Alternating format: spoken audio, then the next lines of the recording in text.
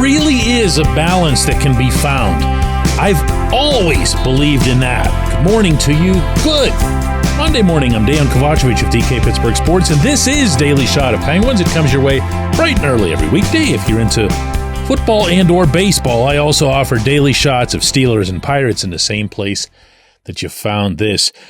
In an exclusive interview with DK Pittsburgh Sports' Taylor Haas up at the NHL Scouting Combine in Buffalo over the weekend, Kyle Dubas put forth that the door's not closed on bringing Jake Guentzel back, but that the last thing he'd want to do, the last thing that the team would want to do, according to Dubas in its current position, is give away draft picks for the rights to carry on exclusive trade talks. And that, of course, where Guentzel's status appears to be, according to word out of Raleigh, that the Hurricanes are trying to get a middle-round draft pick from somebody so that somebody could have a period of time between now and the opening of NHL free agency to have their own talks with Guentzel about signing him long-term.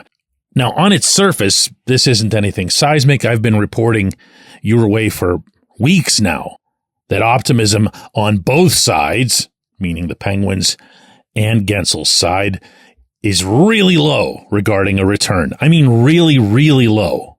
No one will rule it out, and Dubas didn't hear either, but really, really, really low, okay? All right.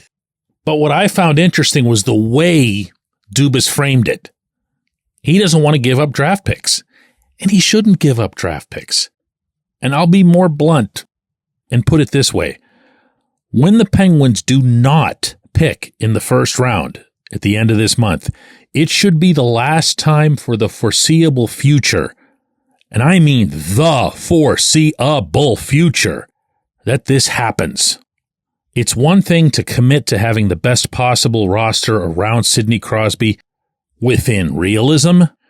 It's another thing to continue spending up to the cap in ensuring exactly that same thing. And it's completely another to say, not the draft. We're not touching the draft anymore. Our first rounders are like gold now. That's what we're saying. That's what we're letting everyone in the league know. This episode is brought to you by Bet Online, your number one source for all your summer sports needs this season, from Major League Baseball, golf, NHL, NBA playoffs. Get the latest odds and lines, including all team matchups, player props, odds on just about everything that's out there. Head to the website today or use your mobile device to get in on the action. Bet Online, where the game starts. And I have a feeling that after the coming training camp, when Braden Yeager comes in and shows again what kind of a legitimately impressive prospect he is, what kind of player he's going to be in Pittsburgh, if not this winter, then the next for sure, that'll only cement itself, but not just in Dubas's mind, in everybody's mind. I've been insisting for a long time now that there is a way to do this. I've pointed to the Bruins, and people shoot back at me. Yeah, what if they won? What if they won? They've won a lot. They haven't won the Stanley Cup, but they've been and continue to be one of the league's strongest and most consistent performing teams year after year after year, and hence they give themselves at least a chance to win the Cup. That's not exactly a bad thing. And the Bruins never had to go through some crazy, wild Pirates-like sell-off where there goes Patrice Bergeron, there goes Brad Marchand, there goes David Pastrnak, there goes Tuukka Rask. They didn't do it. They just reloaded, and they reloaded along the way. They found themselves enough Charlie McAvoys to make it work.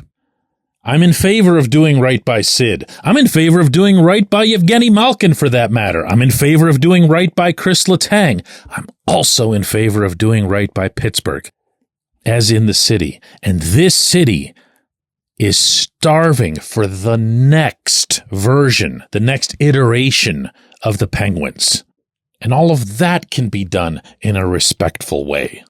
Don't forget, Mario and Sid overlapped, however briefly. Mario knew he wasn't winning another cup here. Both of these things can happen and can happen simultaneously. Are the Penguins going to be some kind of front runner for the cup this winter? Or the one after that? No, of course not. Do they have to be the Rico Fata, Guillaume Lefebvre, Matt Bradley Penguins that went 0-17, 0-1 over one miserable stretch? No, they don't have to be that.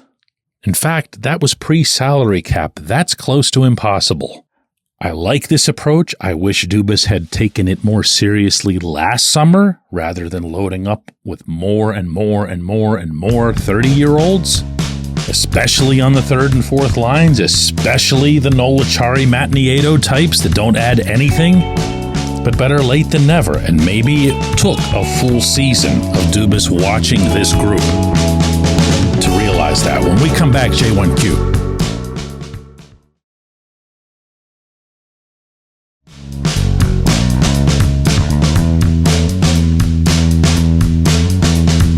Today's J1Q comes from Adam, who says, DK, I love the show and I listen daily, but you have to be exaggerating when you say that Florida's fourth line is better than Edmonton's second. Come on, man. Leon Draisaitl, Evander Kane, Dylan Holloway. To say that any fourth line is better than that is asinine. Leon produces like Sid in the postseason. Now, Adam, I don't know if you're an Oilers fan or what. I kind of get the sense that you are. And that's fine. This is a obviously big moment for everybody in that part of Alberta. But listen, first off, I was exaggerating, I think, when I said that Florida would win the series in 3 games, all related math notwithstanding. And yeah, obviously, any line that's got Draisaitl on it is going to be better than anybody's fourth line. So don't take everything so literally and so seriously. Now, that said, I have a couple of points in response. One is that Draisaitl and that line aren't always together.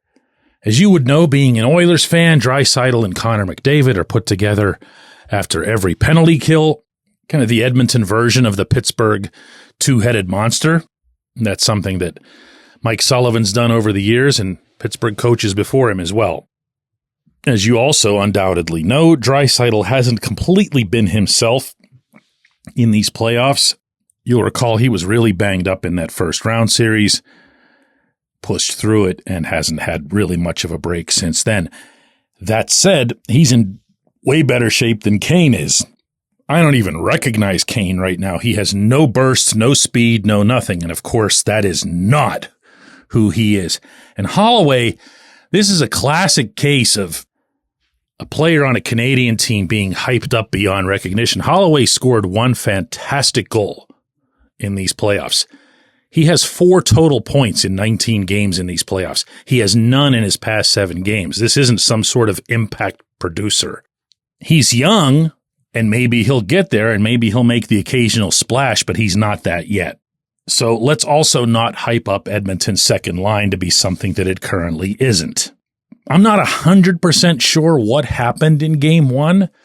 I liked a lot of the Oilers game. I didn't like a lot of the Panthers game, and yet Florida won 3-0.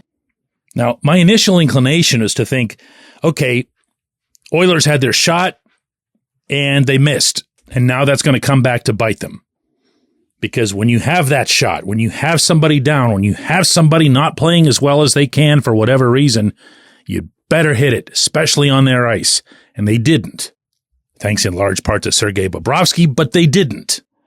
But there's also a part of me that wonders if there's any team that the Panthers would have faced on the eastern side, even in the regular season, that could compare to what the Oilers can bring from a pure speed and skill standpoint, and doubly so on that dangerous power play. And that it was the Oilers who kind of forced the Panthers to become a little more careful than they're used to being, as opposed to just the Panthers not having their legs or not being on their game. I don't know that. Game 2 is tonight, and I find this scenario and how it will play out to be absolutely fascinating. And hey guys, before I go today, I want to share that I'm going to be on vacation overseas, going to Serbia, as I often do. That's where my extended family is, in Belgrade, in Novi Sad. and I'll be there until next week. So the next shows that I do, meaning all 3 of the Daily Shots, will come your way next Tuesday, June 18. Again, that's all 3 of them. Daily Shot of Steelers, Penguins, and Pirates. We'll be back next Tuesday, June 18. If you've been listening to or reading my stuff for a long time, first off, thanks. Second, you'll know that I don't take many vacations. And when I do, it's pretty much at gunpoint. Well, this one's at gunpoint. I've been told, ordered by everybody involved, no work. Go over there, enjoy the family. There's some young kids that I'll be spending time with who are people I don't get to see and enjoy very often. I'm really looking forward to that. I can't say that I'm looking forward to being away from the show or from writing, but orders are orders, and I'm going to follow these. I appreciate you listening to this show more than I can convey, and I'm going to appreciate it more than ever when I come back. I can promise you that. Again, next shows are Tuesday, June 18. Thank you so much for being with me.